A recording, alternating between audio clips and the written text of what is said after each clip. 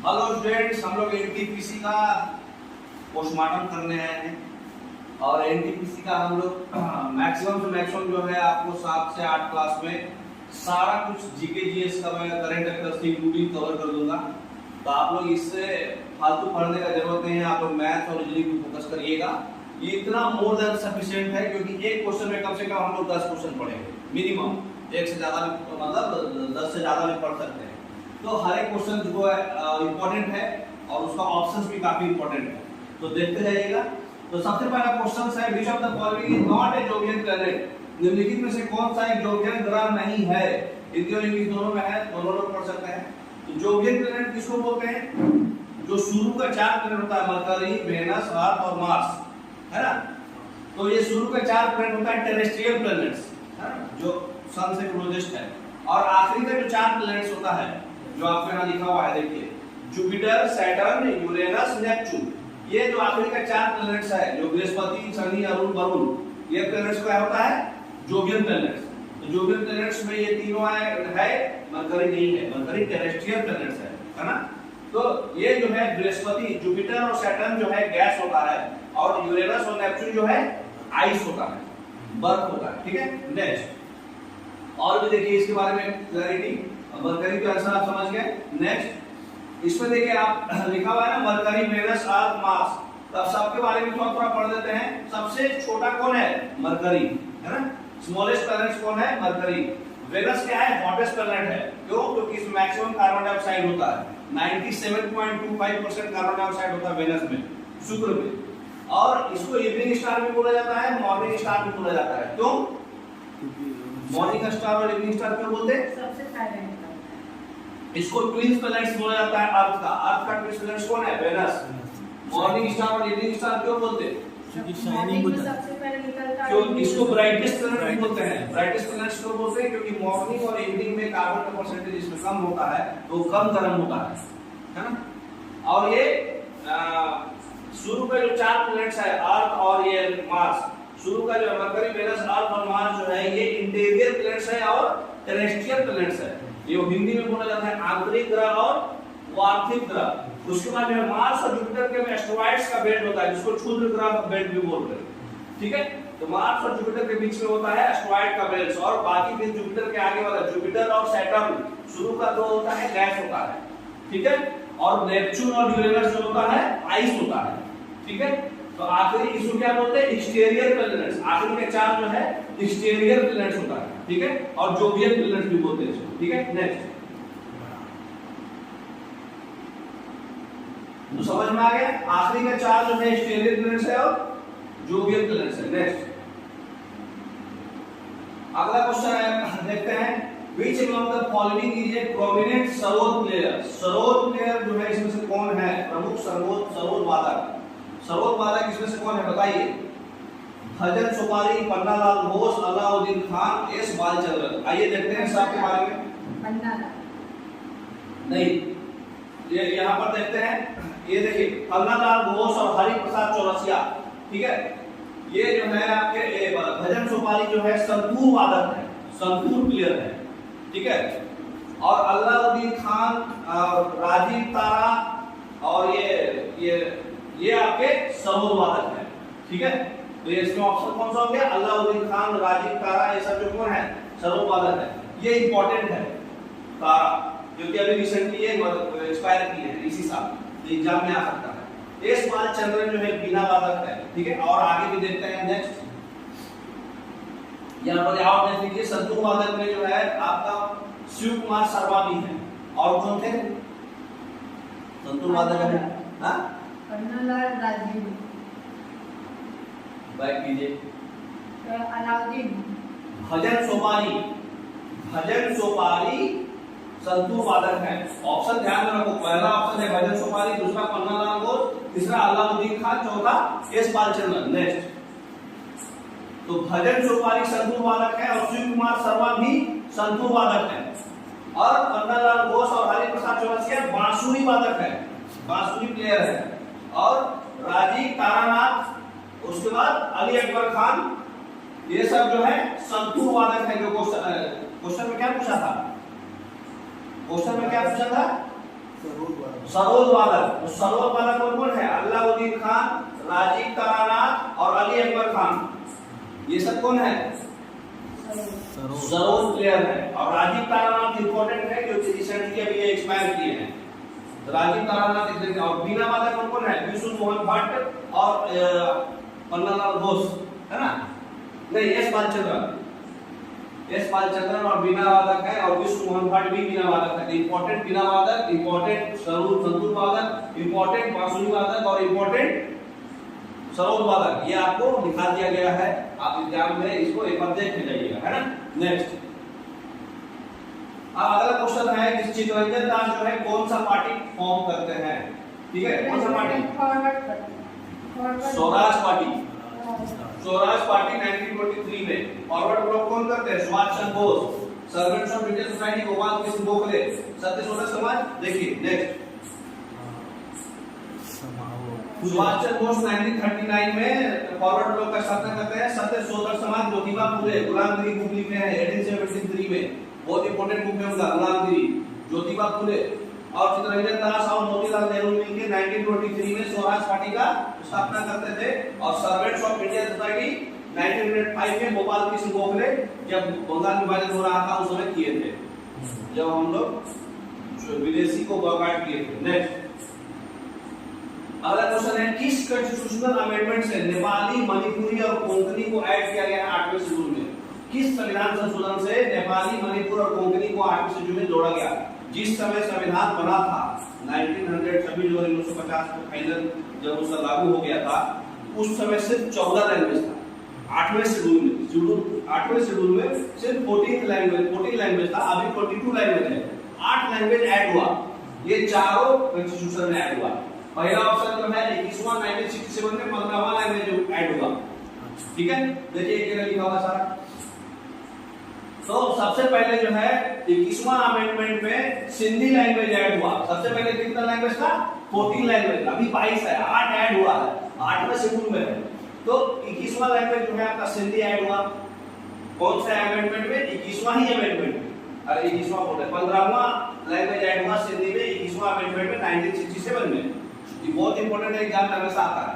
उसके बाद 71वां 71 अमेंडमेंट 1992 में जब जन्म हुआ तुम्हारा, अरे हमारा, तो उसमें जो है अमेंडमेंट में क्या ऐड हुआ?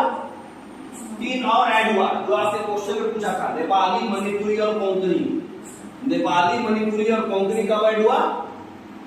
जब जन्म हुआ था 1992 में, है ना? जो लैंग्वेज आपका कितना हो गया? पहले 14 था, 15वां ये हुआ सिंधी, 16, 17, 18, है ना? नेपाली, मणिपुरी, कोंकणी। अब 92वां 92 जन्म हुआ 92वां अमेंडमेंट 2003 में 4 लैंग्वेज और ऐड हुआ, बोडो, डोगरी, संथाली, मैथिली, है ना? बोडो, डोगरो, संथाली, मैथिली। तो उसके बाद जो है 92वां अमेंडमेंट 2003 में 4 और लैंग्वेज ऐड हो गया, तो टोटल 22 लैंग्वेज हो गया। अब जो है 86 अमेंडमेंट में क्या हुआ? 86 अमेंडमेंट में भी लैंग्वेज तो ऐड नहीं हुआ था 2002 में। 86 अमेंडमेंट में आर्टिकल नंबर 21A ऐड हुआ। आर्टिकल नंबर 21A में बोला गया कि राइट टू एजुकेशन जो है फंडामेंटल राइट होगा। पहले ये फंडामेंटल ड्यूटी में आता था, अब ये फंडामेंटल राइट में आ गया। राइट टू एजुकेशन, शिक्षा का अधिकार, है ना? और दूसरा एक और क्या हुआ है बताइए? 86 अमेंडमेंट 2002 में एक और बहुत इंपॉर्टेंट काम हुआ है, बताइए। आर्टिकल नंबर 51A क्या है? Fundamental duty. फंडामेंटल ड्यूटी पहले 10 था, एक और एक्स्ट्रा बढ़ा। फंडामेंटल ड्यूटी जो है 11 हो गया 86 अमेंडमेंट में। पहले फंडामेंटल ड्यूटी 10 ही था। फंडामेंटल ड्यूटी कौन से कंट्री से दिया गया है? रसिया से। रसिया से। Directive principle of state policy कौन सा कंट्री से दिया गया है? आयरलैंड से। 86 अमेंडमेंट में 2 काम हुआ। अगला क्वेश्चन है which of the following vitamins act like a hormone? इसमें से कौन सा विटामिन हार्मोन की तरह कार्य करता है? बताइए, कौन सा विटामिन हार्मोन की तरह काम करता है? विटामिन के, विटामिन डी। Vitamin D. हां भाई, आइए सब के बारे में जानते हैं। विटामिन के को बोलते हैं शॉर्टकट, मतलब साइंटिफिक नेम फिलोक्विनोल, है ना? विटामिन डी को क्या बोलते हैं? कैल्सीफेरोल। विटामिन सी को बोलते हैं एस्कॉर्बिक एसिड और विटामिन ए को बोलते हैं रेटिनॉल। जानते होंगे शायद आप लोग। विटामिन ए के कमी से क्या होता है? हेमोफीलिया, ब्लड क्लॉट रुक जाता है, मतलब कंटिन्यू ब्लड बहने लगता है, जो किंग रानी विक्टोरिया को था। विटामिन डी की कमी से क्या होता है? रिकेट्स होता है। विटामिन डी को हार्मोन विटामिन भी बोला जाता है, हार्मोन की तरह काम करता है ये, और सनशाइन विटामिन भी बोला जाता है ना। सनशाइन विटामिन भी बोला जाता है। विटामिन सी की कमी से स्कर्वी होता है, मसूड़े में बोला जाता है। और विटामिन ए रेटिनॉल इससे कमी से क्या होता है? संक्रमण रोधी विटामिन भी बोलते हैं इसको। एंटी इन्फेक्शन विटामिन कौन है? Vitamin A. इसके कमी से नाइट ब्लाइंडनेस होता है और जेरोप्थेल्मिया होता है, आंख सूख जाता है, मतलब कॉर्निया हार्ड हो जाता है। जेरोप्थेल्मिया होता है विटामिन ए की कमी से, विटामिन सी की कमी से स्कर्वी होता है, विटामिन डी की कमी से सनशाइन विटामिन हार्मोन रिकेट्स होता है, बच्चों में ज्यादा होता है ये। और ऑस्टियोपेलेसिस भी होता है, ऑस्टियो मतलब हड्डी कमजोर हो जाता है, गुड्डों में होता है। और ये आप पढ़े होंगे, फैस गई पानी में, विटामिन बी और सी जो है पानी में घुलती है, ठीक है। और कीड़ा क्या होता है? विटामिन के, ई, डी, ए फैट सोलुबल है, वसा में घुलता है, ठीक है। और दूध में कौन सा विटामिन नहीं पाया जाता है बताइए? सारा विटामिन दूध में पाया जाता है एक्सेप्ट वन विटामिन। कौन सा? विटामिन सी, ठीक है। विटामिन सी जो है दूध में नहीं पाया जाता। ये भी क्वेश्चन एग्जाम में बहुत बार आता है, ठीक है। Next, autobiography of renowned Indian scientist doctor APJ Abdul Kalam is known as. आप भारतीय वैज्ञानिक, प्रसिद्ध भारतीय वैज्ञानिक डॉक्टर एपीजे अब्दुल कलाम की आत्मकथा नाम को क्या बोलते हैं? Wings of fire. लेकिन हम लोग बाकी भी पढ़ेंगे, है ना। नेक्स्ट देखिए क्या क्या है। विंग्स ऑफ फायर तो भाई डॉक्टर एपीजे अब्दुल कलाम का बहुत इंपॉर्टेंट बुक है, उनका ऑटोबायोग्राफी है। पहला एक और क्वेश्चन है, one life is not enough. ये किसका बुक है? ये नटवर सिंह का बुक है, अभी रिसेंटली एक्सपायर किया है, एग्जाम में इंपॉर्टेंट है, अभी रिसेंटली एक्सपायर किया 2024 में। नटवर सिंह का बुक है one life is not enough, है ना। अगला एक और बुक है टॉम्ब ऑफ सैंड, जिसको हिंदी में बोलते हैं रेत की समाधि। ये गीतांजलि श्री का बुक है ना। इसको इंग्लिश में कौन कन्वर्ट किया था? D.W. रॉक, है ना। तो डेवी रॉकवेल जो है इसको इंग्लिश में कन्वर्ट किया था, ठीक है। गीतांजलि श्री जो है पर्शियन, ये हिंदी में है, इसको रेत की समाधि बोला जाता है, टॉम्ब ऑफ सैंड। इसके लिए इनको इंटरनेशनल बुकर प्राइज मिला है। फर्स्ट इंडियन जिनको इंटरनेशनल बुकर प्राइज मिला है गीतांजलि श्री, जिनका बुक था रेत की समाधि, या फिर हिंदी में इंग्लिश में बोल दो टॉम्ब ऑफ सैंड, जिनको इंटरनेशनल बुकर प्राइज मिला है। और एक और बुक है one life is not enough, कौन लिखा है? नटवर सिंह, जो अभी रिसेंटली एक्सपायर कर गए। और एक और बुक है Long Walk to Freedom. Long Walk to Freedom कौन लिखे हैं? Nelson Mandela. नेल्सन मंडेला का नाम जानते हैं, जो काला और गोरा के लिए anti apartment policy, south Africa के बहुत बड़े आदमी थे, प्रेसिडेंट मिले। नेक्स्ट, तो लेटेस्ट अभी बताइए इंटरनेशनल बुकर प्राइज किसको मिला है? आपके अवार्ड वाले बुक अभी जो हम पढ़ाए हैं उसमें बताए हैं आपको। जेनी एर्पनबेक जर्मनी के रहने वाली हैं, इनका बुक है केरोस बुक के लिए इनको जेनी एर्पनबेक को इंटरनेशनल बुकर प्राइज मिला है 2024 में, है ना। ये लेटेस्ट है जेनी एर्पनबेक। फर्स्ट इंडियन कौन था? गीतांजलि श्री, जिनका बुक का नाम क्या था? रेत की समाधि, टॉम्ब ऑफ सैंड। और इनके बुक का नाम क्या है? केरोस। इंटरनेशनल बुकर प्राइज जो है उपन्यास लिखने के लिए दिया जाता है ना, अच्छा उपन्यास जिसका भी बढ़िया रहा है। उपन्यास बोले तो कोई भी नोवेल, है ना।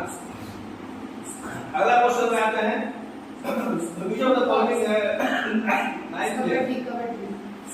कबड्डी में 9 लोग होता है? नहीं, कबड्डी में 7 लोग होता है। बेबी को बेस पसंद है, नो, इसमें 9 लोग होता है बेस बॉल में। बेबी को बेस पसंद है, नो। तो बेबी को बेस पसंद है, नो, और खो-खो दोनों में 9 प्लेयर। बेसबॉल में भी 9 प्लेयर और खो-खो में भी 9 प्लेयर। कबड्डी में 7 प्लेयर, नेटबॉल में भी 7 प्लेयर, हैंडबॉल में भी 7 प्लेयर और वॉलीबॉल में 6 प्लेयर। बास्केटबॉल में 5 प्लेयर, वाटर पोलो में 7 प्लेयर, पोलो में 4 प्लेयर और रग्बी में 15 प्लेयर। बताइए कौन सा बेसबॉल कहाँ का नेशनल गेम है? अमेरिका। ये कबड्डी कहाँ का नेशनल गेम है? यहाँ का इंडिया का हॉकी है। इंडिया का हॉकी है। बांग्लादेश, बांग्लादेश। इंडिया का रग्बी कहाँ का नेशनल गेम है? इंग्लैंड। इंग्लैंड का क्रिकेट है। ओ पुराना इंग्लैंड। रग्बी में कितना प्लेयर होता है? 15 प्लेयर होता है। With which country does the state of Sikkim not share international border? किस कंट्री से सिक्किम जो है अपना इंटरनेशनल बॉर्डर शेयर नहीं करती है? सिक्किम राज्य की किस देश से अंतरराष्ट्रीय सीमा नहीं लगाती है? म्यांमार से। वेरी गुड, म्यांमार से। आइए देख लेते हैं सबको कौन कौन म्यांमार कहाँ। नीचे सिक्किम ऊपर। हाँ, नेपाल से कौन कौन कंट्री कौन कौन स्टेट लगाती है? उत्तराखंड, यूपी, बिहार और सिक्किम प्लस वेस्ट बंगाल, है ना? वेस्ट बंगाल सब में है। उसके बाद भूटान से कौन कौन है? सिक्किम, असम, वेस्ट बंगाल और आंध्र प्रदेश। मैप देख सकते हैं, आपको समझ में आ जाएगा। म्यांमार तो नीचे है, इसमें आंध्र प्रदेश बोला, अरुणाचल प्रदेश, अरुणाचल प्रदेश। उसके बाद म्यांमार, नेपाल, नागालैंड, मणिपुर और मिजोरम, है ना?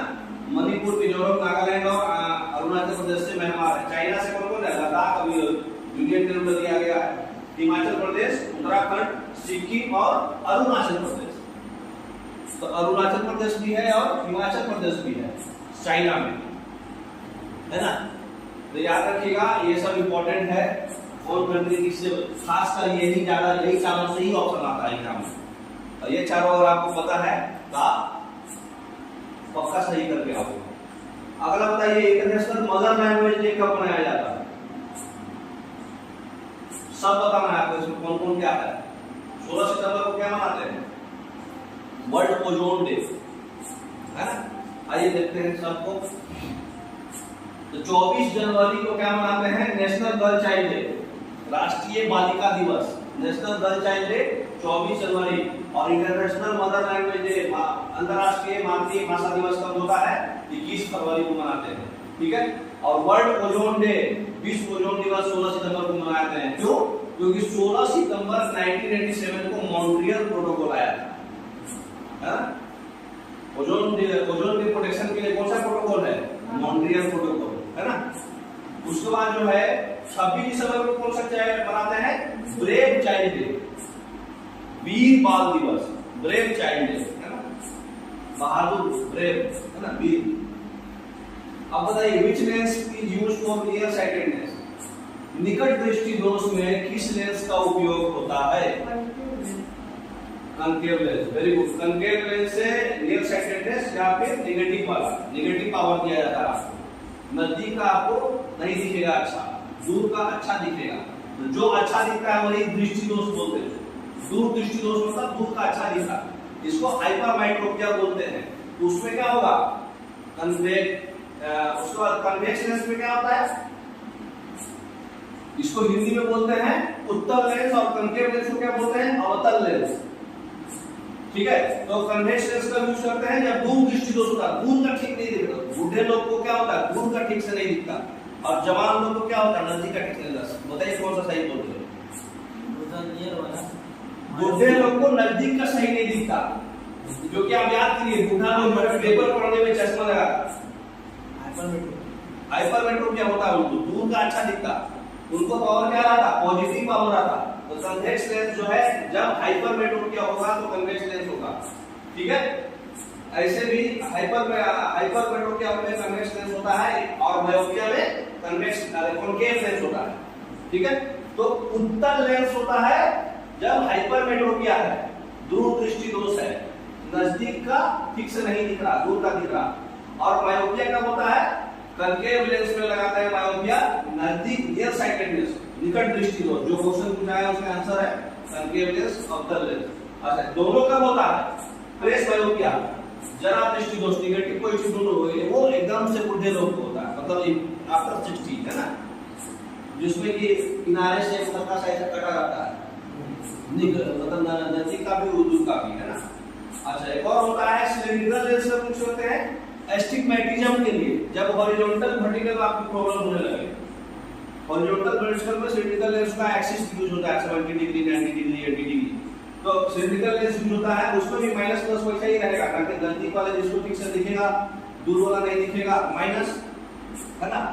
और नजदीक वाला नहीं दिखेगा ठीक से तो प्लस। तो इसको हिंदी में बोलते हैं अम्लीयतंता और इंग्लिश में बोलते हैं एस्टिग्मेटिज्म। ठीक है, चारों इंपॉर्टेंट है, याद रखिएगा। In photosynthesis which gases to plants observe and emit, कौन सा गैस फोटोसिंथेसिस में इमिट होता है और कौन सा ऑब्जर्व होता है? कौन सा उत्सर्जित होता है, कौन सा ग्रहण होता है? ऑब्जर्व करता है CO2 और निकालता है। हाँ, CO2 और H2O पानी लेता है, पेड़ पौधा और मानव जो है CO2 और H2O लेता है, हाँ, और O2 निकालता है।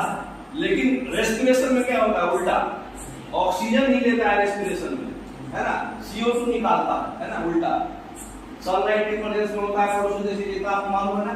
क्लोरोफिल और सनलाइट के प्रेजेंस में ग्लूकोज बनता है और पानी और कार्बन डाइऑक्साइड लेता है, ग्लूकोज और ऑक्सीजन छोड़ता है ना, जानते हैं बात। ऑक्सीजन में खोज कौन किया है? क्रिस्टल ने खोज किया है। नाइट्रोजन में खोज कौन किया है? रदरफोर्ड। और ओजोन का जो होल हो रहा है उसका खोज कौन किया है? ओजोन होल को मेजरमेंट किस में करते हैं? डॉप्सन यूनिट में करते हैं, डॉप्सन। और इसका खोज कौन किया है? फॉर्मेल। ओजोन होल का खोज फॉर्मेल किया है और ऑक्सीजन का खोज क्रिस्टल ने किया है, नाइट्रोजन का खोज रदरफोर्ड किया है। Next, Who first estimated the national income in India? सबसे पहली बार नेशनल इनकम कौन एस्टिमेट करके बताया था? बीसी महालनोबिस तो उनपे मॉडल था, दादा भाई नौरोजी दिए थे सबसे पहले, दादा भाई नौरोजी। बीसी महालनोबिस जो है सेकंड फाइनेंशियल ईयर प्लान जो है 5 वर्षीय योजना, दूसरा जो है हेवी इंडस्ट्री जिसका मेन मतलब वो रहता है मॉडल हेवी इंडस्ट्री, वो है बीसी महालनोबिस, है ना। इनके जन्मदिन में इनका जन्मदिन भी मनाया जाता है, नेशनल स्टैटिस्टिक डे, राष्ट्रीय सांख्यिकी दिवस 29 जून जो है बीसी महालनोबिस का बर्थडे है, तो नेशनल स्टैटिस्टिक्स डे मनाया जाता है बीसी महालनोबिस का। एडम स्मिथ जो है father of modern economics, modern economics के फादर हैं, इनका बहुत फेमस बुक है, उनका नाम है वेल्थ इन नेशनल इकोनॉमी, है ना, उनका एक बुक है। और दादा भाई नौरोजी का इंपॉर्टेंट बुक है poverty and unpredictable in India, जिसमें बताए थे कि पर कैपिटा इनकम 20 रुपए से नीचे जिसका जाएगा वो गरीब होगा। उस समय 1967 की बात है, तो वो समय ये सबसे पहले एस्टिमेट किए थे। PV Narasimha Rao prime minister हैं जो एलपीजी लगाए थे, लिबरलाइजेशन, प्राइवेटाइजेशन और ग्लोबलाइजेशन। जो एलपीजी रिफॉर्म्स आया था वो उस समय पीएम कौन थे? 1991 में पीवी नरसिम्हा राव। ठीक है, हेवी इंडस्ट्री बीसी महालनोबिस और नेशनल इनकम कमेटी कौन किया था खोज? बैक कीजिए, राष्ट्रीय आय समिति, national income committee 1949, BC Mahalanobis, उसके हेड बीसी महालनोबिस ही थे। 1949 में नेशनल इनकम कमेटी का हेड थे। फर्स्ट फाइनेंशियल प्लान कब से कब तक है? 1951 से 56। कौन सा मॉडल है? एचडी मॉडल, एचडी मॉडल बोलते हैं उसको, एराड नवाब मॉडल। कौन सा आबादी पे बेस है? एग्रीकल्चर, और दूसरा वाला heavy industry. What was the period of rolling plan? Rolling plan जो है उसका पीरियड क्या था बताइए? रोलिंग प्लान कौन लाया था? जनता परिषद, मोरारजी देसाई, 78 से 80 के बीच, है ना। सबसे पहला था 51 से 56, एचडी मॉडल, हेराल्ड नोवाल मॉडल, एग्रीकल्चर पे बेस था। दूसरा 56 से 61 बीसी महालनोबिस मॉडल, जो भी पढ़े आप, जिनका 29 बर्थडे मनाया जाता है। ये किस पे? हेवी इंडस्ट्री पर। 61 से 66 तीसरा प्लान, दोनों मिक्स है, एग्रीकल्चर और हेवी इंडस्ट्री दोनों मिक्स था। और 66 से 69 तक में जो है कोई भी प्लान नहीं हुआ था। क्यों? उस समय मार्केट एक्शन से भरपूर चल रहा था। किसके साथ? चाइना के साथ। चाइना के साथ मार हुआ था ना 1965 में, इसलिए नहीं हुआ कोई भी प्लान। अरे 1965 में पाकिस्तान के साथ हुआ था ना, इसलिए उस समय कोई भी प्लान नहीं हुआ। फिर 1969 से 74 में फोर्थ था, 74 से 78 में फिर था। ये 5 साल का नहीं था। तो पहला ऐसा प्लान जो 5 साल का नहीं है कौन सा है? पांचवा। 40 साल का था, 74 से 78, 66 से 69 में वैकेंसी था। 1965 में पाकिस्तान से भाग हुआ था। 74 से 78 में पांचवा जो है ये 40 साल का था। फिर 78 से 80 जो है गवर्नमेंट चेंज हो गया था, कांग्रेस के बदले जो है बीजेपी आ गया था। मोरारजी देसाई रोलिंग प्लान जिसको बोलते हैं, इस मॉडल का नाम क्या है? गुल्लार मॉडल। गुल्लार मॉडल जो है, गुल्लार मॉडल ये बुक लिखे थे एशियन ड्रामा। एशियन ड्रामा का बुक है, उसी हिसाब से गुल्लार मिडल प्लान के हिसाब से रोलिंग प्लान बनाया गया था। सिर्फ 2 साल का ही चला, फिर गवर्नमेंट फिर बदल गया 1980 में। ये मोरारजी देसाई थे उस समय, जनता पार्टी, ये 2 साल का ही था। 78 डी ऑप्शन सही होगा, है ना। नेक्स्ट अगला क्वेश्चन क्या है, जिप्सम का केमिकल नेम क्या है बताइए।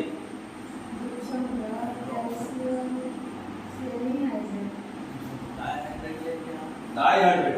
सेमीहाइड्रेट को बोलते हैं plaster of Paris.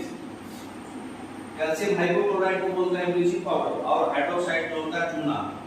Select line formula देख रहा सबका, CaO4 हाफ H2 होता है, ये 2H2, ये जिप्सम है।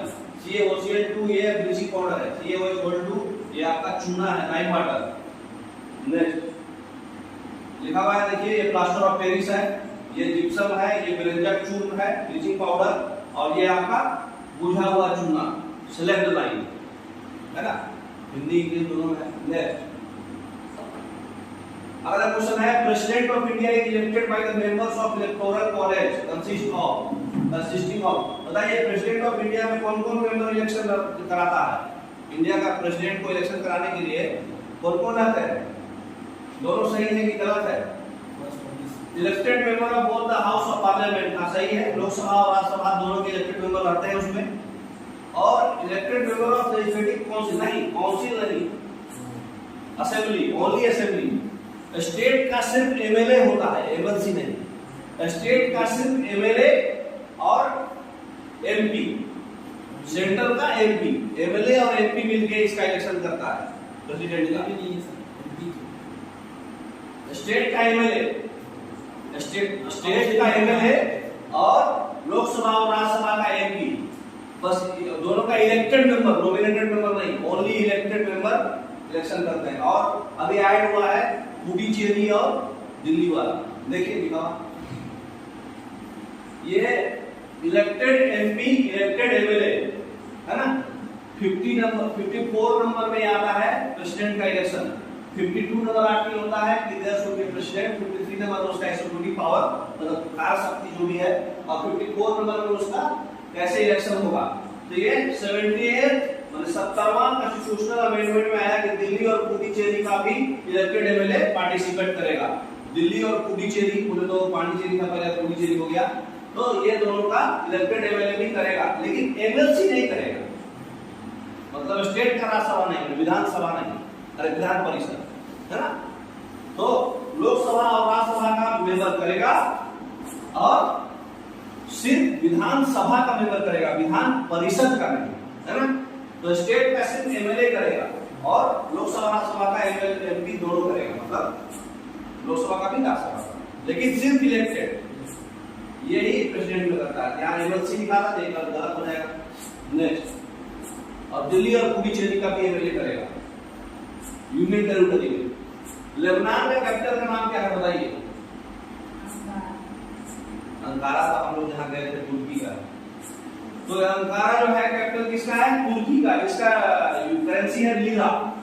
दमेस्कस जो है किसका कैपिटल है, सीरिया का। लेबनान का कैपिटल है बेरूत जो है लेबनान का कैपिटल है ना। और अबू धाबी किसका है, यूएई का। यूएई का करेंसी का नाम क्या है, दिरहम। लेबनान, सीरिया, ये सब का करेंसी क्या है, पौंड, है ना। और हिजबुल्लाह नाम सुने हैं, हबीबुल्लाह, हिजबुल्लाह, ये सब इंपॉर्टेंट पॉलिटिकल पार्टी है लेबनान का। हिजबुल्लाह पॉलिटिकल पार्टी है लेबनान का, है ना। नेक्स्ट, ताज उल मासीर का ऑथर कौन है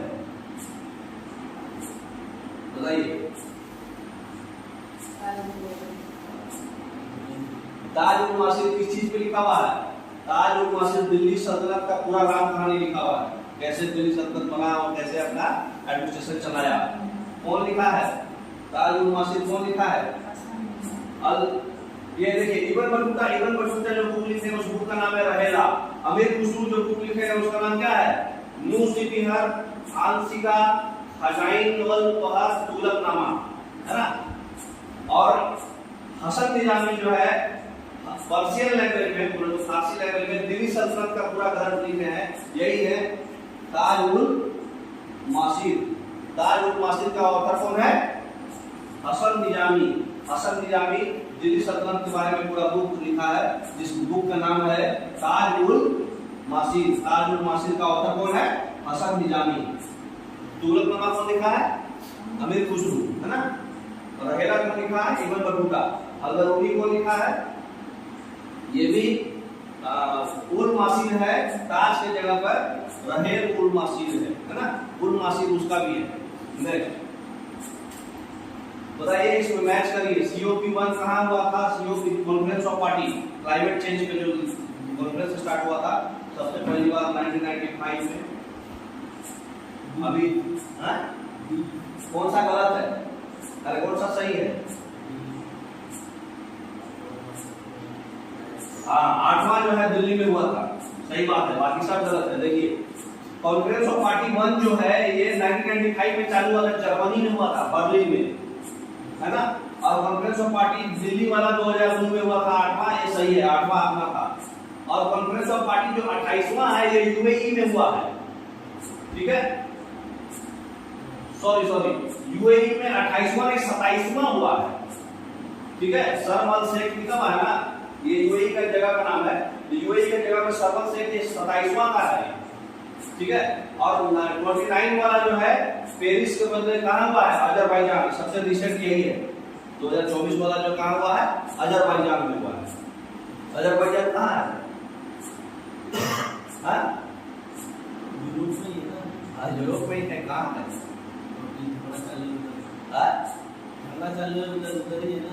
अजरबैजान कंट्री का नाम है, यूरोप का। COP 1929 हुआ है रिसेंट, ये एग्जाम में आ सकता है करंट अफेयर्स में। इंडिया वाला 28वां में हुआ था, 8वां हुआ था 2002 में। कौन सा प्लेयर जो है इसमें बैडमिंटन से रिलेटेड बताइए? पंकज अडवाणी क्या खेलता है? पंकज अडवाणी बिलियर्ड्स के बहुत बड़े खिलाड़ी हैं। कहाँ का? इंडिया का। पंकज नाम है भाई, सब दूसरा जगह बड़ी होगा। और बिलियर्ड्स का सबसे टॉप प्लेयर कौन है? Tiger Woods. अमेरिका का प्लेयर है टाइगर वुड्स, है ना। बिलियर्ड्स का सबसे टॉप प्लेयर है टाइगर वुड्स। और स्नूकर और बिलियर्ड्स जो है पंकज अडवाणी खेलते हैं।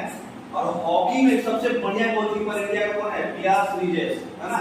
टेबल टेनिस खेलता है सौरभ कमल। और बैडमिंटन के कौन है?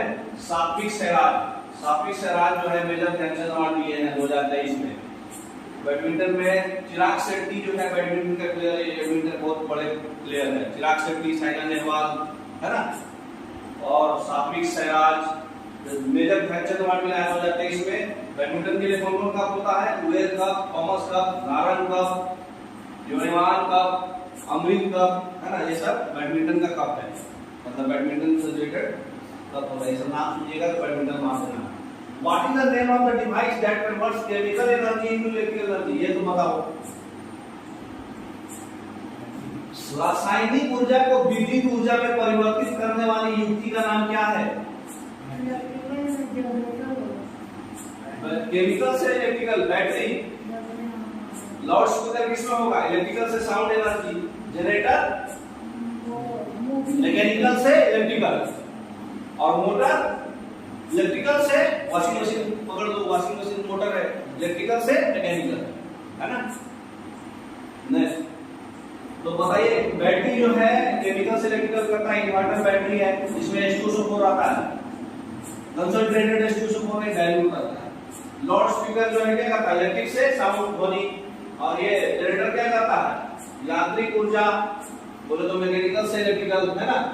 और ये इलेक्ट्रिकल से मैकेनिकल, मोटर, वॉशिंग मशीन, है ना। Which of the following institution was established on January 1? 1 जनवरी को कौन सा इंस्टीट्यूशन आया था? DRDO, है ना।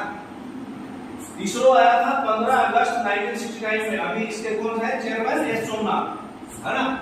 DRDO 1 जनवरी 1958 को। अभी चेयरमैन कौन है?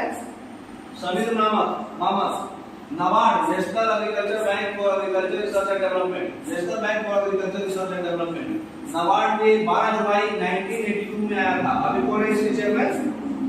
के साहब जी, शिव रमन। 1 अप्रैल 1935 को आरबीआई स्थापित हुआ था। अभी चेयरमैन कौन है इसके? शक्तिकांत। सबसे पहला चेयरमैन कौन था? अरे गवर्नर यंग हिटलर, है ना। इसे इंपॉर्टेंट है, आपको याद रखना है, ठीक है। एस सोमनाथ को याद रखिएगा, बहुत इंपॉर्टेंट है। डीआरडीओ इन जनवरी 1958, है ना। Which of the following temples is not included in UNESCO? इसमें से कौन सा टेम्पल यूनेस्को में नहीं इंक्लूडेड है? कामाख्या टेम्पल। गुवाहाटी में कामाख्या टेम्पल योनि का जो होता है पूजा, है ना, आसाम में है। गुवाहाटी में यहाँ पे मेला लगता है, अम्बुबाची मेला, जानते हैं ना। अम्बुबाची मेला आसाम में लगता है, योनि का पूजा होता है। कामाख्या टेम्पल यूनेस्को में नहीं है। बृहदेश्वर टेम्पल जो है तमिलनाडु में चोर वंश बनाया था, राजा राजावन। ककाटिया टेम्पल जो है, रुद्रेश्वर टेम्पल तेलंगाना में है, इसको राजेश्वर वन बनाया है ना। रुद्रेश्वर टेम्पल इसलिए बोलते हैं। और कोणार्क टेम्पल जो है उड़ीसा में है, गंग डायनेस्टी बनाया था, इसका ब्लैक पगोडा भी बोलते हैं इसको। कोणार्क टेम्पल को ब्लैक पगोडा भी बोलते हैं, है ना। और ये गंग डायनेस्टी मिलकर बनाया था। Who was the first woman to win the Jnanpith award? Jnanpith award सबसे पहली विमन कौन है? सब इंपॉर्टेंट है, सब चारों नाम इंपॉर्टेंट है। देखिए, सबसे पहले आप जानिए कि ज्ञानपीठ अवार्ड जो है सबसे पहले भारतीय को बंगाली के लिए लैंग्वेज में लिखा गया था। उस बुक का नाम है प्रथमोस पश्चात, है ना। प्रथमोस पश्चात जो है अरुंधति राय लिखी, सॉरी, ज्ञानपीठ अवार्ड मिला था किनको? बात कीजिए, आशा पूर्ण देवी। आशा पूर्ण देवी कौन है? प्रथमोस पश्चात बुक लिखी थी, जिनको उनको बुकर प्राइज मिला है, नेशनल बुकर प्राइज। अरे sorry, Jnanpith award, Jnanpith award मिला है आशा पूर्ण देवी को। मैन बुकर प्राइज किसको मिला है? अरुंधति राय को। अरुंधति राय को सबसे पहला इंडियन बुकर प्राइज, है ना। बुकर प्राइज जो है अरुंधति राय को कौन सा बुक के लिए मिला है? The God of small things, the God of small things. इस बुक के लिए इनको पैन प्रिंटर प्राइज मिला है। पैन प्रिंटर प्राइज भी मिला है अरुंधति राय को, मैन बुकर प्राइज भी मिला है अरुंधति राय को, सबसे पहली भारतीय है ये। और ज्ञानपीठ पुरस्कार 1976 में बंगाली लैंग्वेज के लिए किसको मिला है? प्रथमोस पश्चात उपन्यास के लिए किसको मिला है? आशा पूर्ण देवी, आशा पूर्ण देवी। और रीता फारिया जो पहला ऑप्शन था, ये पहली भारतीय महिला है जो मिस वर्ल्ड बनी है 1966 में, ठीक है। फिर 1994 में ऐश्वर्या राय बनी, 2000 में प्रियंका चोपड़ा बनी, सुष्मिता सेन फिर बाद में बहुत बनी, है ना। लाइक कीजिए एक बार। तो रीता फारिया पहली इंडियन जो मिस वर्ल्ड बनी 1966 में। आशा पूर्ण देवी पहली इंडियन जिसको मिला है ज्ञानपीठ अवार्ड 1976 में। बुक का नाम था प्रथमोस पश्चात, है ना। अरुंधति राय इसको पहली इंडियन जो मैन बुकर प्राइज मिला है, इस बुक का नाम था गॉड ऑफ स्मॉल थिंग्स, है ना, the God of small things. और इसको एक और प्राइज मिला है पेन पेंटर प्राइज, है ना। और पूर्णिमा देवी वर्मा के बारे में जानते हैं। नेक्स्ट तो बताइए, पूर्णिमा देवी वर्मा जो है अभी पढ़ेंगे। पूर्णिमा देवी वर्मा जो है क्लासिकल डांस के लिए बहुत बड़ी मतलब है, आगे उसके बुक आएगा क्वेश्चन, ठीक है। अब बताइए कि महाराष्ट्र में कौन सा रिवर्स ओरिजिनेट करता है?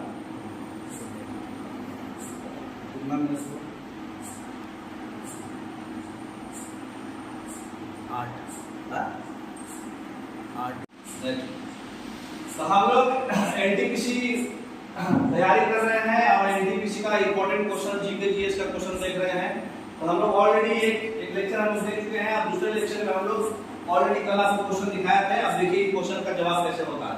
तो बताइए इसमें से कौन सा रिवर जो है महाराष्ट्र में ओरिजिनेट होता है? बताइए महाराष्ट्र में कौन सा रिवर निकलता है महाराष्ट्र से? नासिक गए हैं आप लोग, त्र्यंबकेश्वर टेम्पल। नासिक में त्र्यंबकेश्वर टेम्पल है, त्र्यंबकेश्वर टेम्पल से कौन सा निकलता है? गोदावरी नदी। तो गोदावरी नदी जो है नासिक से निकलती है, तो ये महाराष्ट्र में निकलती है। और भी नदी के बारे में पूरा डिटेल स्टडी कर लिया जाए, क्योंकि नदी बहुत इंपॉर्टेंट होता है एग्जाम के पर्पस के लिए। कावेरी नदी कहां से निकलती है? कर्नाटका से, ब्रह्मगिरी हिल्स कर्नाटका से निकलती है कावेरी नदी, है ना। कावेरी नदी का मतलब कावेरी नदी जो है वहां पर एक बहुत बड़ा बांध बनाया गया है, कृष्णराज सागर बांध, डैम, बांध बोलो डैम, कृष्णराज सागर डैम कावेरी नदी में बनाया गया। कौन बनवाया था? एम विश्वेश्वरैया, जिनके बर्थडे को हम लोग इंजीनियर्स डे मनाते हैं 15 जनवरी, अरे 15 सितंबर, 15 सितंबर को हम लोग इंजीनियर्स डे मनाते हैं। एम विश्वेश्वरैया कृष्णराज सागर कावेरी नदी पर ही बनाया गया है। ब्रह्मगिरी हिल्स कर्नाटक से निकलती है नदी। कावेरी नदी का ट्रिब्यूटरी कौन कौन है? हेमवती, काबिनी, भद्रावती, है ना। अब देखो ब्रह्मपुत्र, ब्रह्मपुत्र कहां से निकलती है? सांगपो, तिब्बत से, तिब्बत में सांगपो से मानसरोवर लेक से निकलती है। बांग्लादेश में इसको जमुना बोलते हैं, इंडिया में इसको ब्रह्मपुत्र बोलते हैं, है ना। उसके बाद जो है नर्मदा कहां से निकलती है? अमरकंटक झील से निकलती है, मध्य प्रदेश और छत्तीसगढ़ से निकलती है। सोन नदी भी अमरकंटक झील से निकलती है, ठीक है। गोदावरी नदी त्र्यंबकेश्वर से निकलती है, नासिक में है, महाराष्ट्र में त्र्यंबकेश्वर टेम्पल भी है, ज्योतिर्लिंग भी है। साउथ इंडिया की सबसे लंबी नदी है गोदावरी नदी। और कृष्णा नदी कहां से निकलती है? महाबलेश्वर से, महाबलेश्वर से निकलती है, ये भी महाराष्ट्र में ही है ना। और कृष्णा नदी का ट्रिब्यूटरी है वेनगंगा, प्राणहित, मंजरा, इंद्रावती, ये सब ट्रिब्यूटरी का नाम है कृष्णा नदी का। इतना एग्जाम में बहुत इंपॉर्टेंट है ये, आप अच्छे से पढ़िएगा। नेक्स्ट, और डैम के बारे में थोड़ा बहुत देख लिया जाए। ओमकारेश्वर डैम, धुआंधार वाटरफॉल और सरदार सरोवर डैम। सरदार सरोवर डैम गुजरात में है, धुआंधार वाटरफॉल एमपी में है, ओमकारेश्वर डैम एमपी में है। ये सब नर्मदा नदी को बनाया गया, ठीक है। तुंगभद्रा कृष्णा नदी का ट्रिब्यूटरी है। पोलावरम जायकवाड़ परियोजना मतलब प्रोजेक्ट, पोलावरम और जायकवाड़ प्रोजेक्ट जो है गोदावरी नदी पर है, गोदावरी नदी पर पोलावरम और जायकवाड़ प्रोजेक्ट है। और कृष्णा नदी पर सबसे इंपॉर्टेंट डैम है जिसका नाम है नागार्जुन सागर। और कावेरी नदी पे कौन सा डैम है? कृष्णराज सागर। कौन बनवाए थे? विश्वेश्वरैया। 15 सितंबर इंजीनियर्स डे को बनाया जाता है। नेक्स्ट, ब्रह्मपुत्र का ट्रिब्यूटरी देखिए। ब्रह्मपुत्र का ट्रिब्यूटरी है सुबनसिरी, खंडगिरी, कोमरा और लोहित। ये 4 ट्रिब्यूटरी इंपॉर्टेंट है। ट्रिब्यूटरी तो बहुत है, इंपॉर्टेंट में ये 4 ट्रिब्यूटरी, ठीक है। नेक्स्ट, अब बताइए What should be the minimum age of an Indian citizen to become a member of राज्य सभा? राज्य सभा के मेंबर बनने के लिए मिनिमम एज क्या है? सबका एज देख लेते हैं। प्रेसिडेंट, वाइस प्रेसिडेंट और गवर्नर, ये 3 का एज मिनिमम 35 है, ठीक है। प्राइम मिनिस्टर, चीफ मिनिस्टर और प्राइम मिनिस्टर, चीफ मिनिस्टर और एमपी का लोकसभा का मेंबर बनने के लिए 25 है ना। राज्यसभा का मेंबर बनने के लिए आपको 30 वर्ष है, जो क्वेश्चन पूछा था। और एमएलए बनने के लिए 25 है, मेंबर ऑफ लेजिस्लेटिव असेंबली। और एमएलसी बनने के लिए, विधान परिषद का सभा का मेंबर बनने के लिए, मेंबर ऑफ लेजिस्लेटिव काउंसिल बनने के लिए 30 वर्ष है। मतलब जो आपकी ऐसे समझो, सेंटर में जो लोकसभा राज्यसभा होता है ना, स्टेट में क्या होता है? MLA MLC. लोकसभा का इक्विवेलेंट एमएलए और राज्यसभा का इक्विवेलेंट एमएलसी। तो एमएलसी जो रहेगा वही राज्यसभा का इक्विवेलेंट रहेगा 30-30, और जो लोकसभा एमएलए सेम रहेगा 25-25, है ना।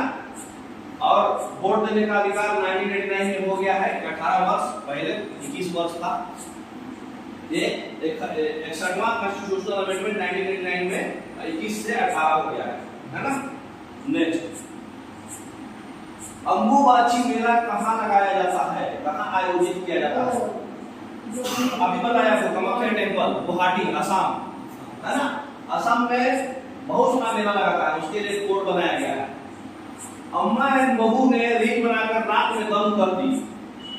अम्मा एंड बहू ने रिंग बनाकर नाक में दम कर दी। क्या कोड है?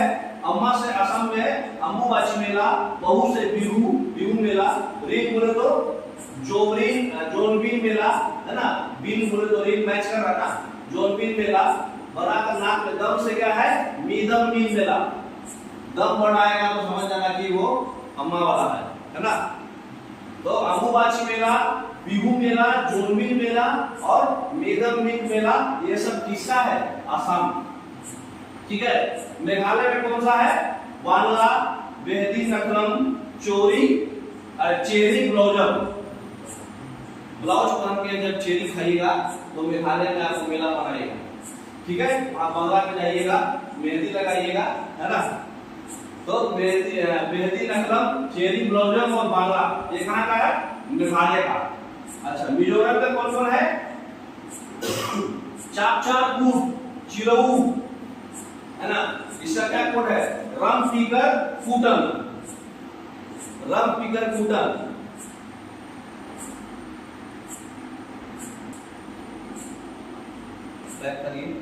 मिला चल रहा था। तो मिजोरम का मेला कौन है? रंगपीकर फूटन। इसमें क्या है? रंग बोले तो मिजोरम, है ना? पीकर बोले तो फूटन, कूट बोले तो जहां भी कूट वर्ड आएगा मिजोरम का मेला है। चापचारकूट, है ना?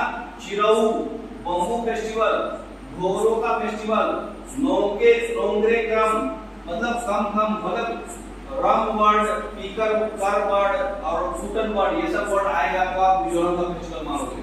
ठीक है। सिक्किम का फेस्टिवल कौन कौन है? लोसार फेस्टिवल, मुंचू फेस्टिवल, सागा दावा फेस्टिवल। ठीक है। तो सागा दावा, नेचांग और मुंचू ये सब फेस्टिवल कहाँ का है? साग खा के भालू जैसा डांस करा, ठीक है, वो सिक्किम का फेस्टिवल है। आपका गाड़ी है हो गया।